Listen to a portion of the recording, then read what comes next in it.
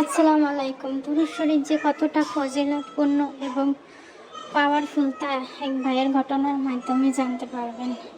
তো কিছুদিন আগে এক ভাই অনেক বড় একটি সমস্যার মধ্যে পড়েছিল। তার হাতে আর কোনো রাস্তা ছিল না। সকল আত্মীয়-স্বজন তার সামনে থেকে মুখ ঘুরে নিয়েছে। এমন অবস্থায় আল্লাহ ছাড়া তার কোনো উপায় ছিল না। সময়টা ছিল রোজার ভিতরে, এক ছিল রোজার ক্লান্ত আর ছিল এই সমস্যা।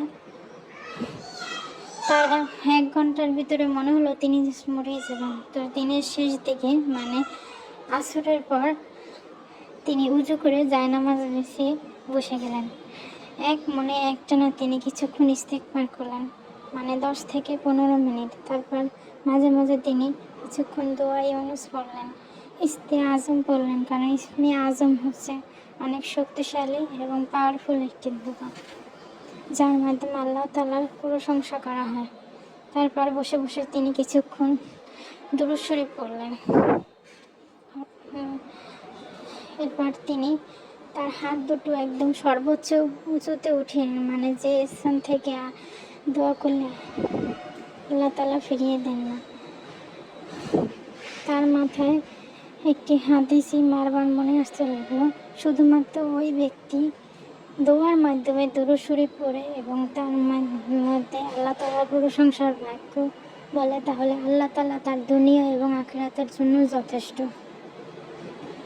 আল্লাহ তাআলা তার দুনিয়ার সকল প্রয়োজনীয় পূরণ করে দেয় এবং তার পাপ মাফ করে দেয়। তো তিনি একদম ভক্তি সহকারে এবং দীর্ঘ বিশ্বাসের মাধ্যমে একটানা দুরূদ শরীফ পড়তে লাগলেন। তার মাথায় আর কোনো টেনশন থাকলো না। তো যখন আজানের সময় মানে ইফতারের সময় হয়ে আসলো, তখন তিনি আর তার হাত উপরে তুলে রাখতে পারলেন না। তার হাত ব্যথা করতে লাগলো। তখন তিনি উঠে গেলেন, কিন্তু তিনি এই বিশ্বাস রেখে মনে উঠলেন যে আল্লাহ তাআলা কোনো না কোনো তার জন্য অবশ্যই রাস্তা খুলে দেবে।